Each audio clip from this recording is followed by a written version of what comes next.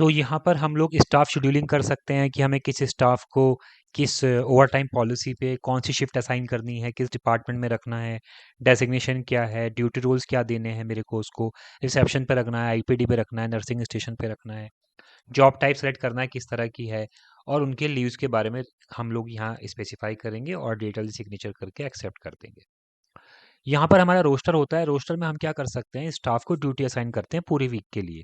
जैसे मुझे नीता की ड्यूटी लगानी है, तो मैं यहाँ पर उसको ड्यूटी रोल असाइन करूँगी कि अभी आप जो है पहले मेरे रिसेप्शन डेस्क पे रहेंगे, और मैं यहाँ मंडे में मैं आपको मॉर्निंग शिफ्ट दे रहा हूँ, और इसके बाद हमने थर्सडे से उनकी इवनिंग शिफ्ट लगाई है, और हमने उनका एक डे ऑफ रखा है संडे में। यहाँ पर इसको हम सबमिट करेंगे, रोस्टर रेडी हो जाता है। रोस्टर का प्रिंट आउट लगा के नोटिस बोर्ड पे लगा सकते हैं।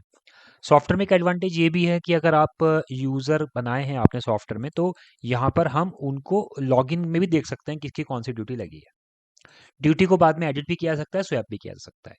नेक्स्ट आते हैं अटेंडेंस पे। हमने किसी स्टाफ को लिया, लेट सपोज आपके नीता स्टाफ है, आपने बायोमेट्रिक अटेंडेंस या रजिस्टर में आपने अटेंडेंस निकाली, आपने देखा कि यहाँ पर फॉर एग्जांपल 25 अटेंडेंस है, 1 ओवर टाइम है, डे हाफ कुछ नहीं है, सबमिट किया। डेमो की हमने 20 अटेंडेंस ली है, 1 ओवरनाइट लिया है, और यहाँ पे सबमिट किया है।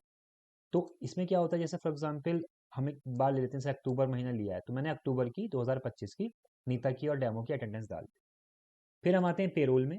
पेरोल में हम लोग यहाँ पर आते हैं कि हमारे पास बेसिक सैलरी चल रही है, एचआरए चल रहा है, अदर अलाउंस चल रहा है, ये सब देख पाएंगे, और फिर सैलरी एलोकेट की जा सकती है। तो अगर मैं यहाँ पर, मेरा एक स्टाफ है जिसका नाम है फॉर एग्जांपल नीता, नीता की इनिशियल सैलरी में फॉर एग्जांपल 10,000 रुपये सेट कर देते हैं, उसका बेसिक सैलरी चलेगा और एचआरए मैं आपको दूंगा, और मैं सबमिट करता हूँ तो ये सैलरी नीता की नीचे एलोकेट हो गई है। अटेंडेंस आप पहले लगा चुके हैं, अब हम जाएंगे पेरोल में। सैलरी बनाने, जहाँ हम सैलरी बनाएंगे, नॉन मेडिकल स्टाफ में हम लोग 9 अक्टूबर की सैलरी लेंगे, और हमने नीता को सेलेक्ट किया, तो सिस्टम ने ऑटोमेटिकली उसकी 24 दिन की और एक हाफ की अटेंडेंस लगा ली है। बेसिक सैलरी के हिसाब से उसने इनिशियल कैलकुलेट किया है। उसके बाद अगर आपको टीडीएस या पीएफ काटना है वो काट सकते हैं, सैलरी पे सबमिट करेंगे तो सिस्टम बताएगा कि उनकी 5,532 रुपये की सैलरी क्रिएट हुई है। तो इस तरीके से हम यहाँ पर सैलरी बना सकते हैं, डिडक्शन लगा सकते हैं। और देखिए, ये तो है बेसिक सैलरी जो हमने उनको अलॉट की थी, ये उनका एचआर है, ये उनकी सैलरी बनी है, डिडक्शन इतना हुआ, इस हिसाब से उनको ये पे किया जाए। सिस्टम के अंदर एमआईएस में जाके जितनी सैलरी आपने बनाई है वो सारी मंथली स्लिप यहाँ देख सकते हैं। स्टाफ की अटेंडेंस मॉडिफाई कर सकते हैं, एक बार रिपोर्ट देख सकते हैं, डॉक्टर की अटेंडेंस चेक कर सकते हैं, बेसिक पेरोल चेक कर सकते हैं कि किस स्टाफ का क्या क्या बेसिक हमने दिया हुआ है। तो इस तरीके से चलता है। तो आप अपने हिसाब से भी इसमें कुछ-कुछ चीज़ों को चेंज कर सकते हैं।